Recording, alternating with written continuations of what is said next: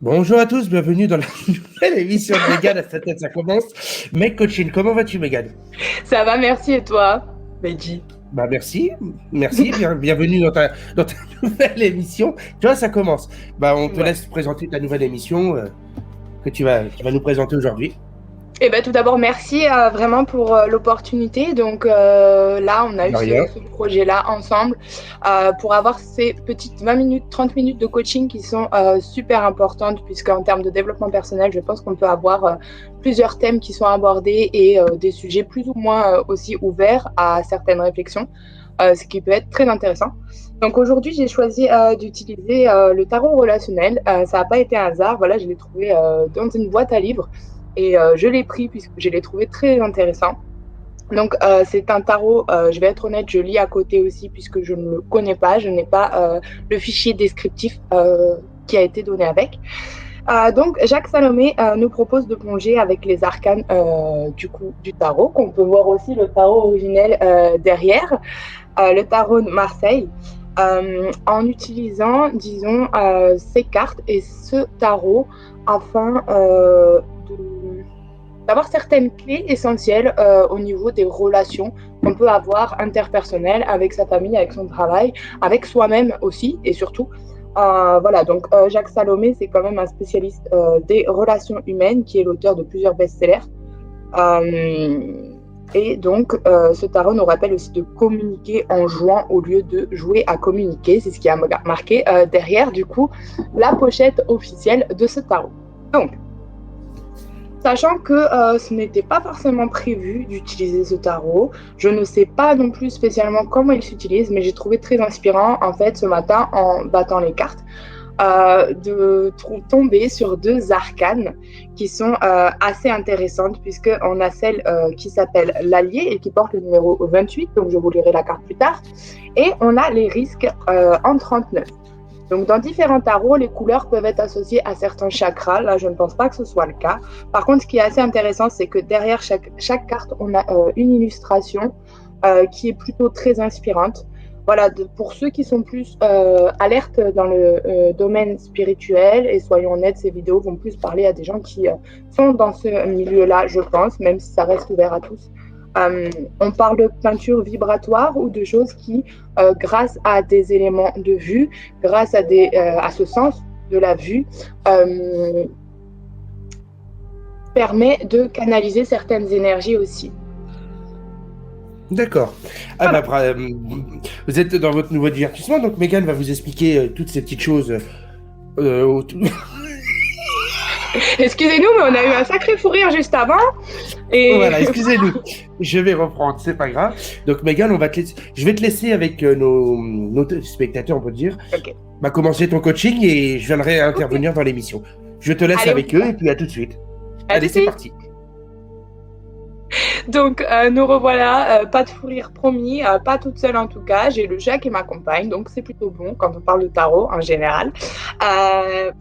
Donc, aujourd'hui, le thème, principalement, ça va être sur le fait de dire non. Pourquoi puisque le non est représentatif d'un refus. Donc, je vais vous lire aussi l'introduction que j'ai faite, puisque je compte poster ça sur mon blog pour avoir l'article de façon assez intemporelle et un résumé du coup de ce coaching. Donc, je vais vous lire en premier la première carte que j'ai tirée ce matin. Je vais vous la mettre même. Donc, on a cette carte des alliés. Il y a trois sortes de noms. Le nom de refus ou d'opposition, le nom d'affirmation, le nom d'incertitude ou d'attente.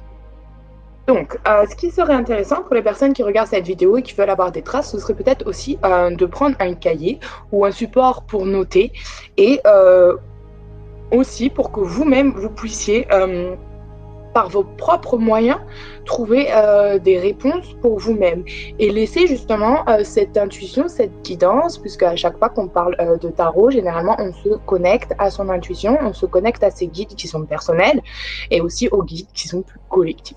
Donc voilà, c'est vraiment une forme de coaching, de développement personnel, mais par vous-même. C'est pas moi qui vais forcément vous apporter les réponses dont vous avez besoin, comme une guidance. Bien que même, soyons honnêtes, dans les guidances classiques, c'est votre intuition. Le cartomancien n'a pas à influencer les messages que vous pouvez avoir. Il peut vous retransmettre des messages que vous avez, enfin, qu'il a pu capter s'il est médium. Mais en soi, c'est votre propre guidance intérieure qui est toujours priorisée. Et ça, je tiens à le dire puisqu'on voit beaucoup d'arnaques. Et je tiens à le dire aussi dans ce monde spirituel que tout le monde n'est pas bon et n'a pas forcément des bonnes intentions. Sachant que généralement, quelqu'un qui fait une guidance a cette capacité psychique d'aller voir dans votre subconscient. Donc il faut toujours quand même être assez alerte de qui on laisse rentrer dans cette sphère spirituelle, personnelle et émotionnelle. Donc ça, c'est vraiment mon conseil pour les personnes qui vont essayer d'avoir ces guidances-là de l'extérieur. Alors, ce que j'ai fait, c'est que la deuxième carte rejoint plutôt bien ce thème, mais on en parlera après. Ce que je vais faire, c'est que je vais vous lire dans un premier temps l'article que j'ai écrit tout à l'heure, et que de là, je vais essayer d'exposer certains exemples ou certains points de vue. Donc, j'ai appelé cette première émission l'ouverture d'esprit et les différentes perspectives, puisque pour moi, savoir dire non, c'est aussi apprendre à l'autre et à soi-même d'imposer des limites. Donc, on va revenir là-dessus. J'ai essayé de prendre le thème de façon large et d'essayer après avec vous, de façon plus intuitive aussi, de développer ce message dans différentes sphères soit les relations, que ce soit le travail, surtout, que ce soit, je ne sais pas, ça peut être un petit peu appliqué à tout. Donc, je vais commencer la lecture. Alors, aujourd'hui, nous nous posons la question de notre capacité à ouvrir son esprit lorsque nous devons répondre par la négative.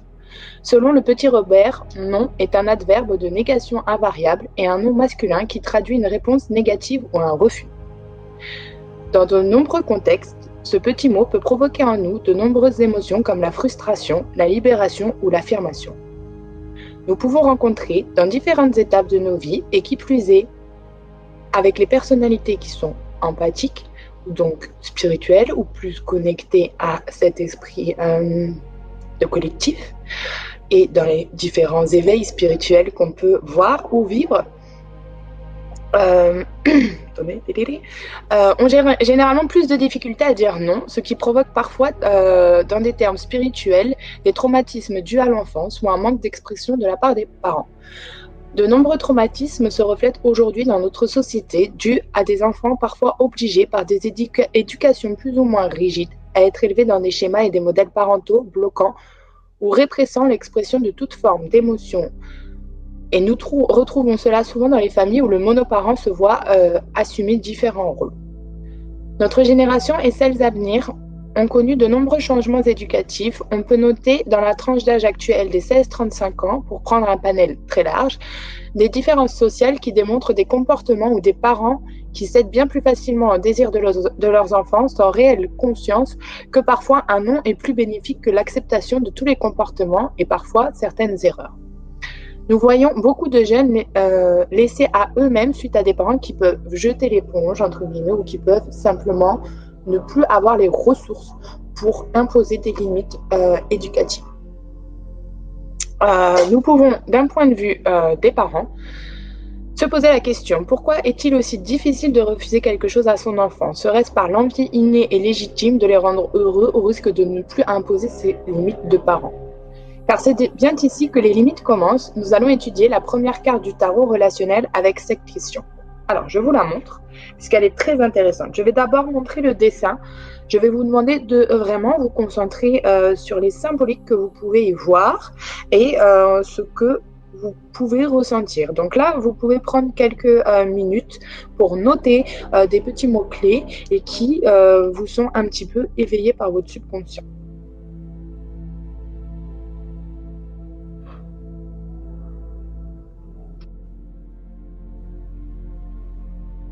Je vous laisse un petit peu de réflexion pour voir ce que vous pouvez trouver comme message dans cette carte qui est très très très très jolie. Et je vous dirai, moi, ce que je ressens à la vue de cette peinture. Donc, pour ceux qui sont dans le monde un peu plus spirituel, on sait très bien que les dessins dégagent des énergies et principalement voilà, des vibrations ou des ressentis. Donc, la carte est très intéressante puisque c'est une carte qui fait partie de la catégorie alliée. Donc pour moi, ça doit être quelque chose en lien vraiment avec ce qu'on peut aller chercher à l'intérieur de nous pour nous aider à nous surpasser. Donc la question, attention, moment philosophique du jour, va être, puis-je me demander aussi à quoi, à qui, je dis oui quand je dis non. Donc je vous la répète parce que quand même, il faut qu'elle intègre votre subconscient. Puis-je me demander aussi à quoi, à qui, je dis oui quand je dis non. Donc, cette question est assez intéressante puisque j'ai essayé d'y répondre moi sur un petit bout et après, j'aimerais qu'on fasse quelque chose de plus intuitif. Donc, je vais finir l'article que j'avais écrit. Alors, dans différents aspects de nos vies, nous sommes à mesure de notre évolution personnelle confrontés à imposer pour notre bien-être mental et spirituel d'affirmer nos limites personnelles.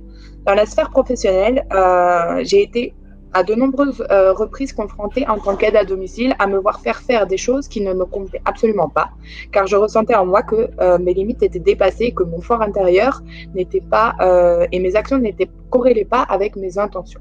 Et je reviendrai sur certains exemples qui ont fait partie de mon éveil spirituel, qui ont été assez marquants, justement.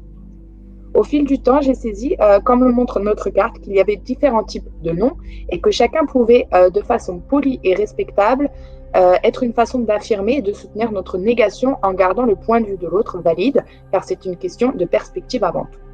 Donc, suite à ça, sur cette carte, je vous présente aussi, voilà, vu que c'est mon émission, non, voilà, j'allais vous présenter Tonnerre, mais il ne veut pas.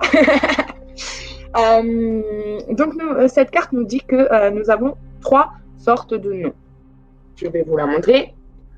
Vous pouvez noter ces 3 petits points, justement, pour aussi vous faire un petit mémo et répondre plus tard aux questions.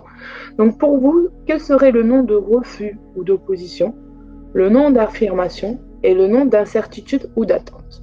Je ne vous cache pas que je n'ai pas eu le temps de finir l'article par rapport à ça, mais que je le ferai pour le poster sur Instagram avec Mehdi ou sur personnellement le site Wix. Donc moi, j'avais commencé quand même mon point de vue sur le point le nom de refus ou d'opposition. Le nom de refus ou d'opposition, est pour moi porte une énergie très importante contre les entités de basse vibration. Le nom permet en effet de se prémunir des attaques psychiques et répulse les énergies et ses spectres vibratoires pour en venir à une leçon importante d'amour pour soi. Et donc j'aimerais revenir sur cette notion après. Il permet de se protéger de certaines intentions, mais aussi de valider auprès de nos guides spirituels certaines leçons intégrées sur notre chemin de vie qui est bien propre à nous, mais aussi sur le chemin de vie collectif. Il permet de s'élever et d'être en cohérence entre nos désirs et nos besoins. Donc là, je vais partir un peu plus de façon intuitive puisque je n'ai pas fini l'article. Donc pour moi, ce nom de refus ou d'opposition est assez catégorique. C'est quelque chose qu'on s'impose et par exemple, je vais donner un exemple le plus concret qu'il puisse y avoir. Le fait d'avoir fait par exemple de la photo et que ça a développé ces choses-là sur Instagram, forcément, certaines personnes viennent à vous et essayent. Et c'est là l'important, finalement, dans le développement spirituel et dans tous ces cycles d'éveil, de repérer ce qu'on appelle en anglais nos triggers, donc ce qui va être nous titiller un petit peu dans les autres et avec nous-mêmes pour évoluer. C'est ce qu'on appelle aussi le shadow work, donc c'est ce qui va être le travail un peu d'ombre en soi pour en revenir à la lumière. Donc, et comment t'as fait, toi, Megan? Excuse-moi, oui. Je te coupe. Je te vais lancer dans ton truc. Je te coupe un petit peu. Qu'est-ce qui t'a fait venir dans le monde spirituel? Alors là, c'est quand même une sacrée grande question. Je pense que tout le monde est dans le monde spirituel. Maintenant, moi, c'est vrai que ça a été dû à une relation qui m'a éveillée, une relation de d'âme jumelle, universelle. Donc, c'est des relations qui sont assez complexes puisque ce n'est pas du tout Mhm. les histoires d'amour classiques. Voilà, pour ceux qui ont suivi mes dernières péripéties, eh bien, j'ai eu mes réponses au bout d'un long parcours. Mais ça a été vraiment aussi, ben voilà, la meilleure chose qui me soit arrivée en termes de développement spirituel. Pourquoi? Parce que moi, ça a commencé et je n'ai jamais demandé ça personnellement, contrairement à certains qui essayent de développer cette kundalini qu'on appelle cet éveil spirituel, mais qui aussi, voilà, soyons honnêtes, aujourd'hui, l'éveil spirituel, ce n'est pas faire du yoga et boire du thé si on ne fait C'est pas ça. cette partie de shadow work avec le collectif. Maintenant, moi, je le vis comme avoir été un peu jetée dans ce monde-là sans rien y connaître, mais les choses ont fait que j'ai dû m'éveiller très vite et très rapidement, d'où l'éveil de mon intuition qui a été assez marqué auprès des personnes âgées, puisque de base, ben, voilà, je suis auxiliaire de vie, donc voilà, j'ai reçu assez rapidement des messages intuitifs de ces personnes. Toutes les situations n'ont pas été saines. Voilà, quand je disais par exemple, je pense à la situation du nom chez une dame qui est très gentille, mais moi, voilà, étant quelqu'un d'hypersensible et très empathique, je dis oui facilement à tout. Sauf que c'est à mon détriment aussi. Et ça, aujourd'hui, c'est quelque chose que j'ai appris cette année, qui plus est en étant exposée au monde, à Mhm. dire non et à imposer aussi les choses que je veux et que je ne veux pas. Je l'ai vécu plus personnellement aussi, ben voilà, par exemple dans mon ex-mariage, ou des choses que j'aurais jamais dû tolérer en termes de respect pour soi et d'amour pour soi. Donc moi, mon éveil spirituel, je pense qu'il a été catalysé par cette relation, mais c'est ce qui m'a permis, ben voilà, d'évoluer, de trouver le Reiki, alors que c'était pas du tout prévu, mais j'ai suivi l'intuition, j'ai suivi les messages de mes guides entre guillemets, et je n'ai pas eu le choix que d'évoluer rapidement et gratitude. Franchement, c'était très bien. Mais aujourd'hui, il y a des épreuves qui sont très très difficiles encore aujourd'hui, puisque ben, c'est comme Jumanji. Voilà, vous voyez que l'éveil spirituel, c'est comme Oui. Jumanji. Il y a des cycles et il y a des niveaux. Donc, soit vous validez, soit vous ne validez pas. Et c'est pas méchant quand je dis ça, mais aujourd'hui, pour moi, quelqu'un qui travaille dans le spirituel doit rester humble de ses capacités, mais les partager aussi, puisqu'on donne ses dons, c'est justement pour cela. Maintenant, on a plusieurs missions aussi de vie qui peuvent être voilà, dans différentes sphères. Moi, je sais que les photos, c'était pas prévu, c'est des choses, c'est des opportunités. Voilà, chaque pensée développe aussi des opportunités. Ça, on en aura l'occasion de reparler si on fait un live sur la manifestation de nos désirs, sur comment manifester, sur comment provoquer ces pensées. Voilà, toi-même, tu as dû le vivre finalement, Mehdi. Au plus tu te rapproches des choses qui sont bonnes pour toi et pour ton âme et qui te font vibrer, c'est le mot, au plus tu attires à toi aussi, et d'où la loi de l'attraction qui est très importante de travailler avec. Tu attires ces choses-là. Sauf que pour attirer des spectres vibratoires et donc des choses vibratoires, tu es obligé de dire Mhm. non aussi à ce que tu penses qui est bon pour toi, mais si c'est ton ego ou si c'est ton intuition. Donc ça, on apprendra dans d'autres coachings à faire la différence, puisque c'est très important. D'où la méditation aussi tous les jours. Donc ça, après, on pourra en reparler aussi, ou si vous avez des questions, n'hésitez pas à hésiter à venir en privé voilà, pour en discuter, ou consulter mon site pour d'autres informations. Et mais dire non, ça a été quelque chose pour moi qui a été très long à apprendre, puisque j'ai toujours ce besoin d'aider les autres et qu'ils soient au mieux. Et Bien recevoir le sûr. non aussi n'est pas tout le temps agréable, mais c'est quelque chose à apprendre. Et moi, je me suis rendu compte sur mon parcours que ce non m'a permis énergétiquement, donc là on refera un point de présentation sur ce que je parle d'énergétique, euh, de dégager certaines formes d'entités de basse vibration. Quand je dis de basse vibration, on va repartir sur quelque chose de très scientifique et de très posé. Finalement, on a tous un corps énergétique. Sur une roue, je vous prendrai l'exemple parce que là, j'ai plus le nom en tête. Mais en tout cas, avec un pendule, on peut calculer en termes d'énergie si on est plus dans des énergies qui sont physiques ou spirituelles.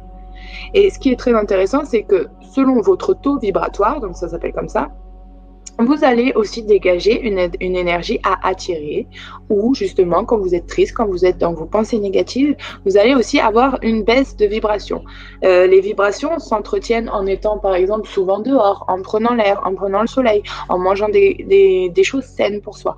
Et ça, c'est le côté physique, mais le côté spirituel, c'est l'amour pour soi en fait. tout simplement. Comment vous augmentez vos vibrations? C'est en disant non aux choses qui ne vous conviennent pas et qui ne vous conviennent plus. Et c'est un long chemin. Voilà pourquoi je tiens à le redire que l'éveil spirituel, ce n'est pas lire des livres et se dire que non, c'est le travail de tous les jours que vous faites face. Et moi, j'en reparlerai sûrement, mais c'est des expériences qui ont été tellement parfois difficiles puisqu'on capte aussi les attaques psychiques. Voilà pourquoi il est important de rester très haut dans ses vibrations quand on peut. Puisque dans ce domaine-là, c'est un peu le Star Wars du monde inconnu et du monde invisible. Hein, je suis désolée, mais moi, j'ai vécu des choses qui sortent du naturel, soit, auxquelles j'ai dû me conforter puisque ce n'était pas mon monde du tout. Mais aujourd'hui, je dis non aussi à certaines expériences qui pourraient se produire ou se reproduire pour moi-même. Le nom d'affirmation, je pense que ça se rejoint, puisque aujourd'hui, il y a beaucoup de personnes qui peuvent être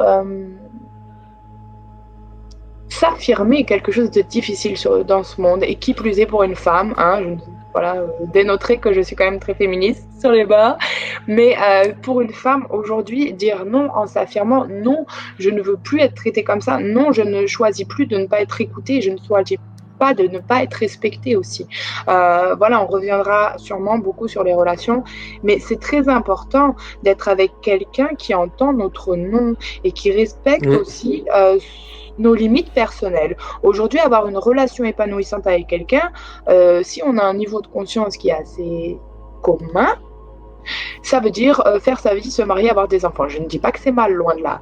Mais pour moi, le but d'une relation aujourd'hui, c'est d'être déjà tellement bien dans l'amour, dans le self-love pour soi, et donc de faire ses projets avec amour, de faire ses projets avec passion, et trouver quelqu'un, et généralement, on en reparlera de ces liens d'âme, de ces connexions divines, des âmes sœurs et de tout ça, trouver quelqu'un qui, finalement, n'est pas provocateur direct de votre propre bonheur.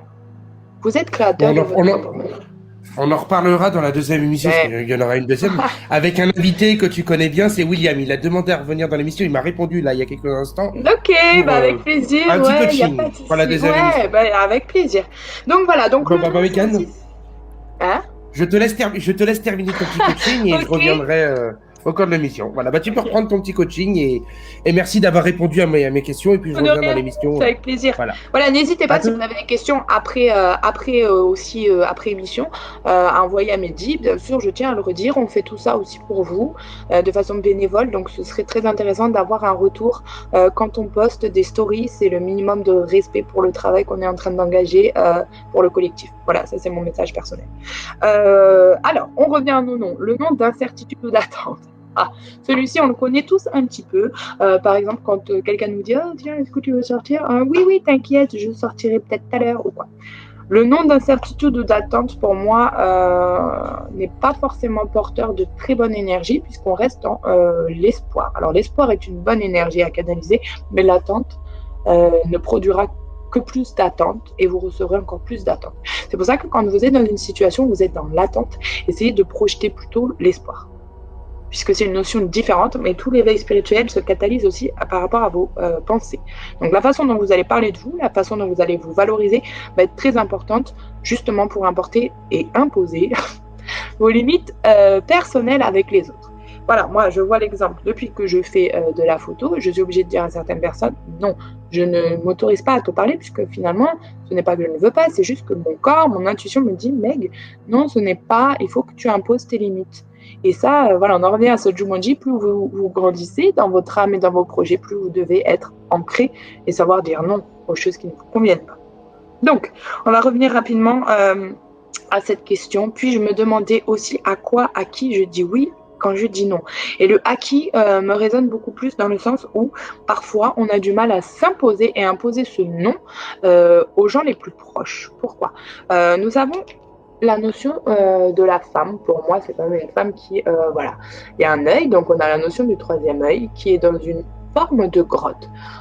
Pour moi, cette femme donc a l'air enceinte, en tout cas, ou tout du moins en gestation d'un projet, et cet arbre, je pourrais pas faire la météo, et cet arbre représente finalement l'ancrage. L'ancrage est l'épanouissement, enfin, de son féminin sacré.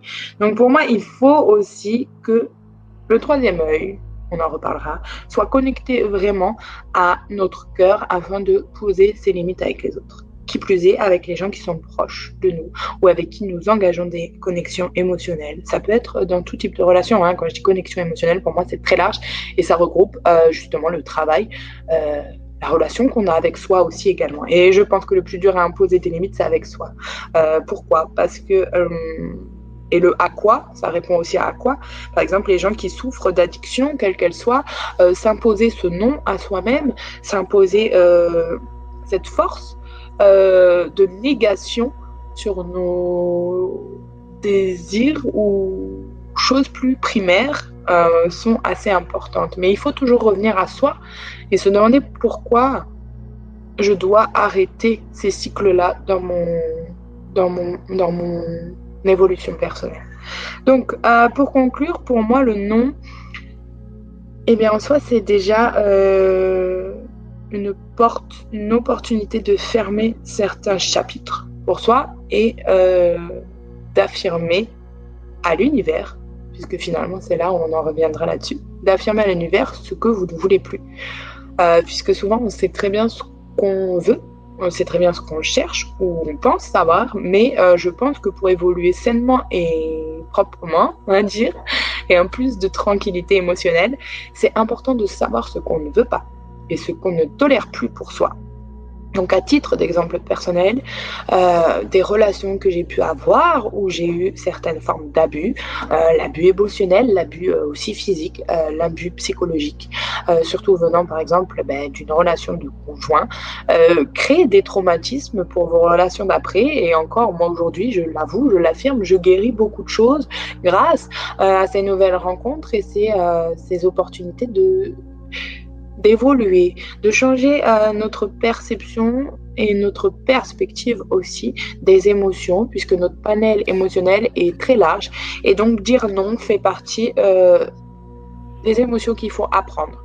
Et ça, qui plus est aussi pour les gens qui sont parents, je me suis permise de faire une introduction sur la parentalité, qui moi-même je ne suis pas mère, donc je ne pourrais pas vous dire, mais c'était mon avis aussi neutre et extérieur sur ça.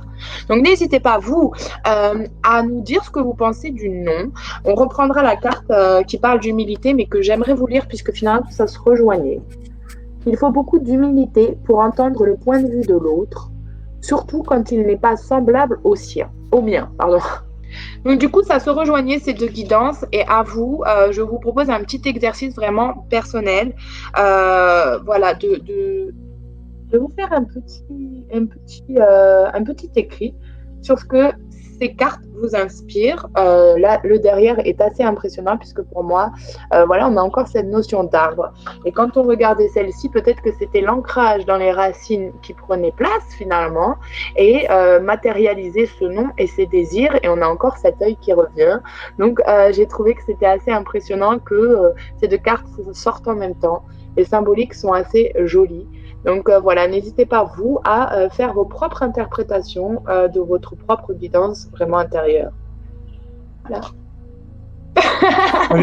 Merci Megan. J'ai l'impression d'avoir enchaîné. C'est bien, très bien, mais c'est parfait. Parfait pour le premier coaching, c'est parfait. Donc là, vous avez à peu près compris. De toute façon, on va en revenir on va faire plusieurs émissions. Donc là, c'est la première, c'était une petite introduction. La deuxième, ça sera un petit coaching amour émotionnel, mais vous allez voir ça dans une prochaine émission. Et après, Megan vous refera des petites guidances de temps en temps, je pense, dans différentes émissions. On va essayer d'en faire régulièrement, quoi. Absolument. Après, voilà, c'est vrai que, soyons honnêtes, là, on a préparé ça assez rapidement, mais je trouve qu'on s'en est bien sorti. Si on arrive, voilà, à caler bien les dates avec plaisir, ce sera plus structuré et ce sera un plaisir d'avoir aussi des questions-réponses, peut-être une session sur 2 de questions-réponses si forcément les gens veulent bien participer. Bon, et on essaiera de les faire en direct. Oui, on essaiera de les faire en direct. Voilà, ça serait mieux. Merci Megan, et puis on se retrouve prochainement pour une autre émission avec plaisir, Mehdi. Merci à tous. Merci beaucoup Megan. Ciao, bonne fin de journée. Ciao. Merci, ciao. Merci.